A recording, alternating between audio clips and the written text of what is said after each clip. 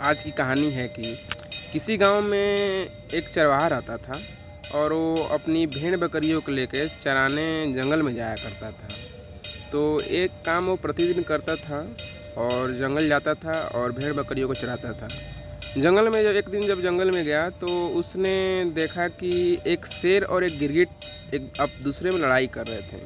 जैसे ही शेर गिरगिट को पकड़ता मारने के लिए, तो गिरगिट जो है उसके नाक में जाकर मतलब कि काटता और तो शेर छींक के उसको बाहर फेंक देता। जैसे ही फिर गिरगिट पर शेर हमला करता, तो फिर वो उसको मतलब नाक से काट कर परेशान कर देता। तो बार बार ऐसे खेल चलते रहा और इस खेल को चरवाहा देखते रहा। तो गिरगिट जीत गया, शेर उसको हरा नहीं पाया।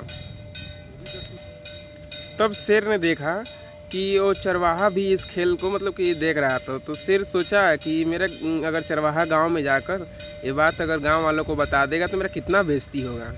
तो शेर ने चरवाहे को बुलाया कि ओ चरवाहे, तुम इधर आओ, डरो मत, मैं तुम्हें कुछ नहीं करूँगा। तो चरवाहा शेर के पास गया और शेर ने चरवाहे से कहा कि देखो भाई, तुम एक देखे कि मैं गिरगिट से हार गया, तो तुम ये बात किसी गांव में किसी को मत बताना, अपने गांव में किसी को मत बताना।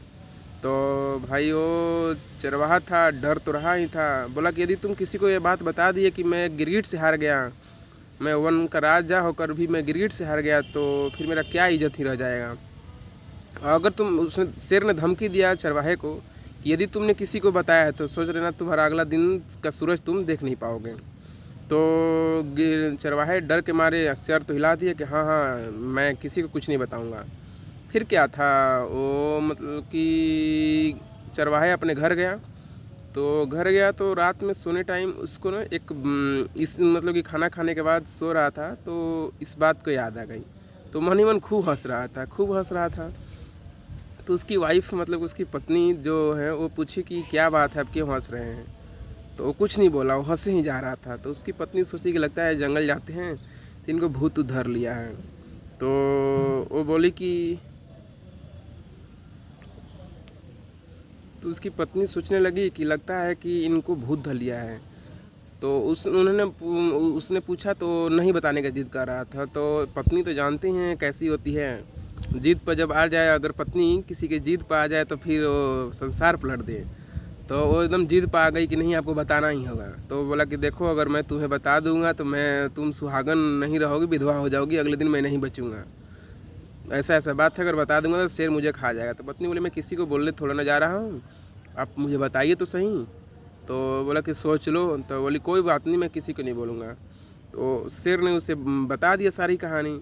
और अगला भोर होते ही पत्नी ने अपनी पूरे गांव में फैला दी।